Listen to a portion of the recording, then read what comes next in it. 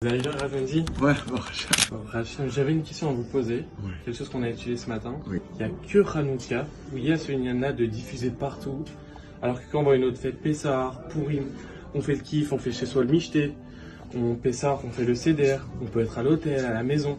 Mais Hanouka, il y a tout ce but-là que les gomis voient le miracle. On allume à la fenêtre, ou bien on fait les allumages publics, comme vous avez vu à la Tour Eiffel. Pourquoi que cette fête-là? En vérité, chaque fête dans l'année, elle t'amène quelque chose. Prends Pessah, ça t'amène la liberté pour toute l'année entière. C'est-à-dire que si je suis libre de soucis, je suis un Ben Chorin en tant que juif, je suis serein, j'ai du bitachon en Hachem, grâce à Pessah. Si pendant l'année j'ai de la force pour apprendre la Torah, c'est grâce à Shavuot, c'est la fête du don de la Torah. C'est ce qui me donne l'envie, la passion d'apprendre. Si j'ai de la joie pendant l'année, c'est grâce à Sukkot. Sukkot, c'est le point de repère pour la joie.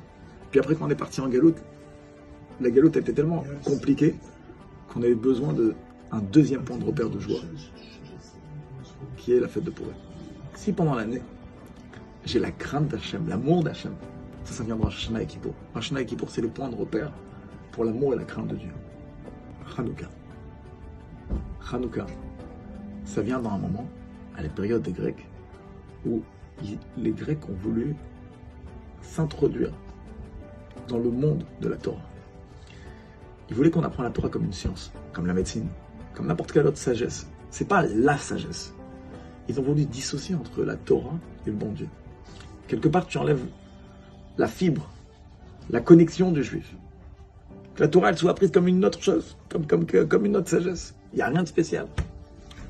La Torah, bien sûr, c'est quelque chose d'exceptionnel, mais ils ont voulu enlever cette divinité de la Torah. Là, les Grecs, ils intègrent l'impureté dans la Torah. Et là, puisque la Torah, elle part en exil, on a besoin d'avoir un point de repère fort qui va nous permettre de chasser l'obscurité, et pas seulement ça, la transformer en lumière. Et c'est pour ça que j'ai besoin des bougies de Hanouka. Les bougies de Hanouka, on les allume quand il fait nuit. Pourquoi? Parce que justement, ça va t'apprendre à être un bon juif parmi les goïms, parmi les nations. Ce qui va te permettre pendant l'année de dire à ton patron, Shabbat, il faut que je parte plus tôt.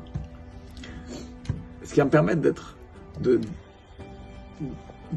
manifester ma judaïté par rapport au kasher, par rapport à plein de choses où c'est compliqué, parce que tu ressens l'obscurité, tu ressens la pression du monde. Ce qui va me permettre de manifester cette lumière, c'est Hanouka. Hanouka amène la lumière dans un endroit obscur. Et si pendant toute l'année j'ai cette force, c'est grâce à Hanouka. Donc ça, c'est la réponse, Mendel.